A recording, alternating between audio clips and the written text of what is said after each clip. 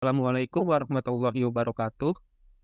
Perkenalkan, kami dari kelompok 4. Di sini kami membuat proyek tentang kotak amal otomatis berbasis IoT. Dengan saya sendiri, perkenalkan, nama saya Haris Syafil Briansyah dengan NIM 20222300002. Saya Zaki Batar Rahman dengan NIM 2022230010.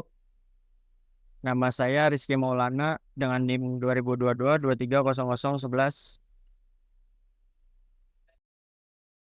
Nama saya Fahri Ramadan dengan NIM 2022230015. Di sini kami membuat kotak amal berbasis IoT.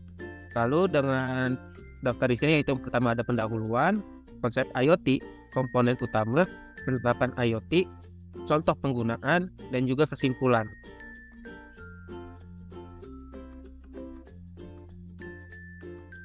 Lalu untuk pendahuluannya itu IoT adalah konsep di mana objek atau perangkat fisik tertentu dilengkapi dengan sensor, perangkat lunak, dan koneksi internet yang memungkinkannya untuk saling berkomunikasi dan bertukar data dengan perangkat lain serta sistem komputer secara mandiri.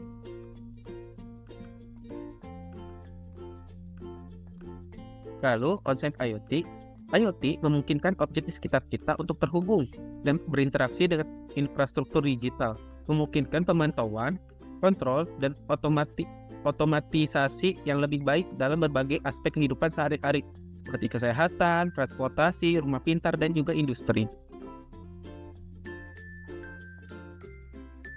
Lalu di sini ada komponen yang harus dipakai. Nah, pertama itu ada sensor. Nah, tugas sensor itu mengumpulkan data fisik dari lingkungan. Lalu ada yang paling penting itu ada koneksi jaringan. Itu memungkinkan komunikasi antara perangkat IoT. Nah, ini dengan koneksi jaringan ini, jadi kita bisa mengetahui berapa tabungannya, berapa yang masuk duitnya. Lalu ada sumber daya seperti baterai atau sumber daya seperti listrik gitu. Nah, di sini kita menggunakan power bank untuk sumber dayanya.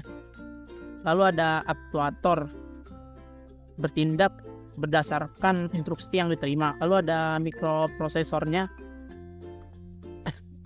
yang digunakan untuk memproses data dari sensor dan aplikasi IoT-nya antar muka pengguna akhir yang mengontrol IoT.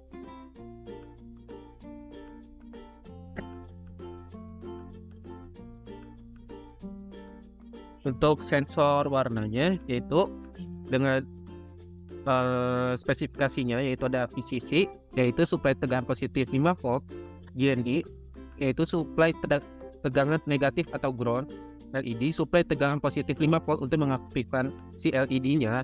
Lalu ada S0 S1 untuk sebagai saklar pemilih pada frekuensinya, S2 S3-nya sebagai saklar pemilih 4 kelompok dioda. Lalu ada sebagai output frekuensi.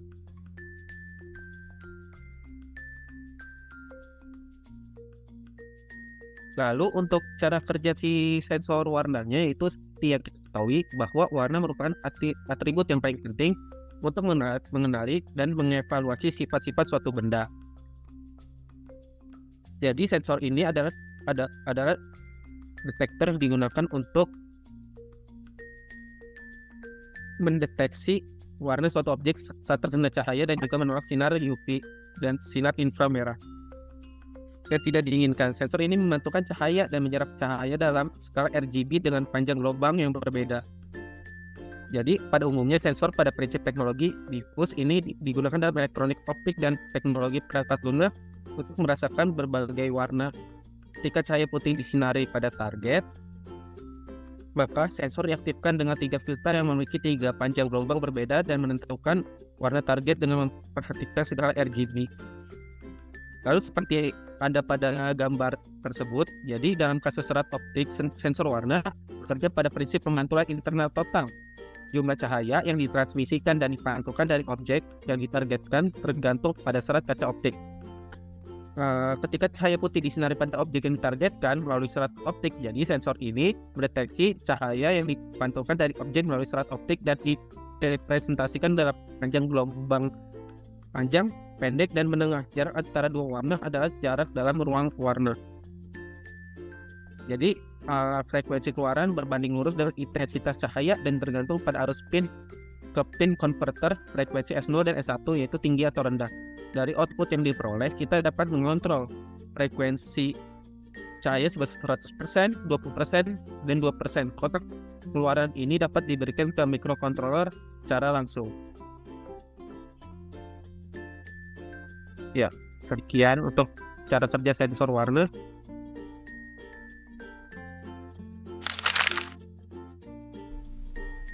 Nah, lalu untuk bahan apa yang kita pakai di project kita ini, pertama itu ada sensor warna, lalu ada 8 kabel jumper, breadboard, dan yang terpenting itu ada ESP32.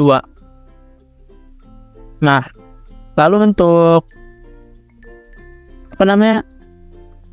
penyambungannya, konfigurasi ininya, yang pertama itu dari VCC itu ke 3,3 volt, lalu ada LED-nya disambungin ke 3,3 volt juga, lalu S0 dan S1 juga ke 3,3 volt.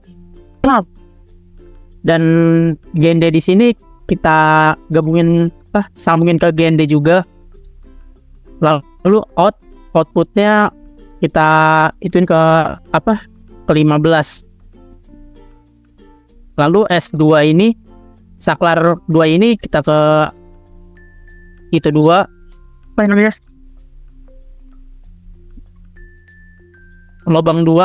2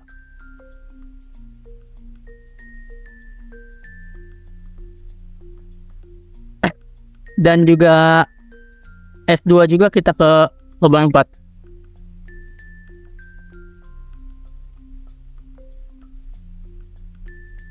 Jadi untuk tipe ESP-nya pakai yang mana Mas Fahri? Untuk ESP32-nya kebetulan kita memakai Wi-Fi. Soalnya Bluetooth sudah ketinggalan zaman, Mas Doke. Jadi untuk kompatibel dengan project kita kali ini dengan memakai Wi-Fi ya Mas Fahri? Iya, benar sekali. Tepat. Ya, lalu dilanjutkan oleh Rizky Maulana. Sini kita akan membuat bot Telegram terlebih dahulu untuk menghubungkan Arduino ESP32-nya. Pertama-tama harus memfollow bot fadernya. Setelah follow kita start. Lalu selanjutnya ketik /newbot.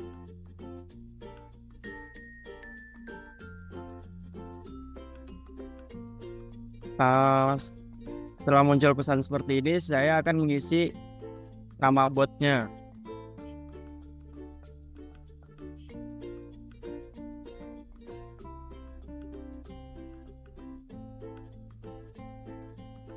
Selanjutnya mengisi username-nya.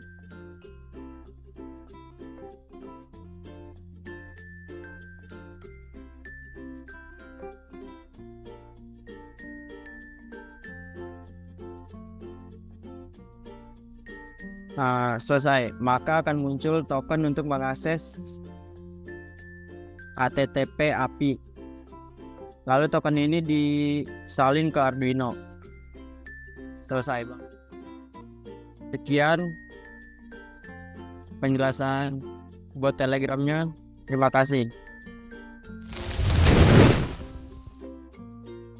Oke, di sini saya akan menjelaskan gimana sih sistem kerjanya ya. Di sini kita memerlukan beberapa library yaitu library Wi-Fi, library Wi-Fi Client Security, dan Universal Telegram Bot dan Arduino JSON. Nah, sebelumnya itu Wi-Fi dan Wi-Fi Client ini sudah ada by default ketika kita sudah install si ESP32 itu sudah ada. Dan ESP32 yang seperti itu kita install dulu. Di sini boardnya ESP32 yang ini. Di sini kita menggunakan versi yang 2017. Oke. Terus di sini ada Universal buat Telegram. Kita membutuhkan ini. universal bot Telegram. Nah, ini universal Telegram bot. Dan udah ini RD injection juga sini sudah by default sudah ada. Dan kedua, kita memasukkan SSID Wi-Fi. Di sini saya menggunakan hotspot HP saya dengan passwordnya ini. Dan tadi kita menggunakan bot token yang sudah dibuat oleh tadi Mas Maul, dan ini juga chat ID-nya yang sudah saya chat ID dari Telegram saya. Dan ini ada inisiasi warna. Dan sini karena kita menggunakan warna. Dan ini ada pin out-nya tadi S2 dan S3-nya. Dan sini ada konfigurasi ketika menyambungkan ke Wi-Fi-nya. Dan ini apabila pertama kita masukkan bot Telegram, kita sambungkan USB kita kepada bot komputer atau sumber daya, kan masukkan ini assalamualaikum, bot sudah dimulai. Dan ini adalah warna ketika misalkan kita di sini, apabila kita warna sekian akan menjadi 5.000, dan apabila warna sekian ini akan menjadi 10.000, dan ini akan menjadi kalkulasi. Dan kita coba verify dulu. Kita coba verify.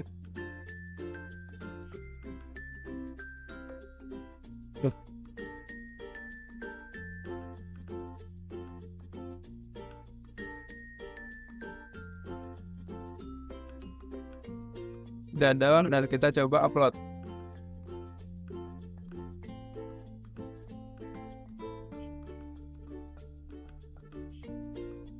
Kita coba upload dan sudah upload. Nah, sudah kita connecting, kita pencet boot sampai ini 100%.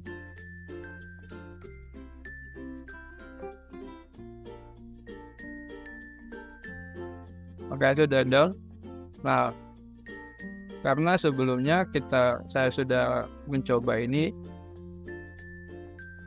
Nah, di sini kita sudah berhasil mengcompile ke itu ISP-nya. Nah, sudah terbaca di serial number-nya. Di sini kita pakai 115200 bound. Nah, tadi sudah ada notifikasi ketika itu sudah Telegram itu sudah menerima API yang sudah kita masukkan di codingan ini ke dalam Telegram. Oke, kita coba buka. Nah, sini assalamualaikum, bot sudah dimulai. Dan kita coba ganti powernya ini, mengganti jadi power bank. Dan dia akan tunggu sebentar. Nah, itu sudah ada lagi assalamualaikum, bot sudah dimulai.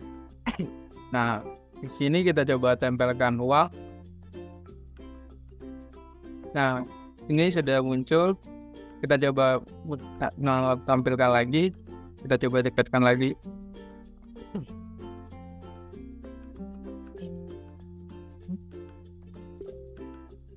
Nah, jadi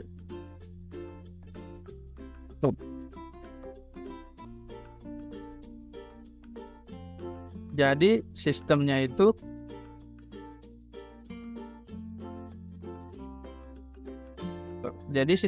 ini sensor, dan ini duit kita dekatkan saja seperti ini.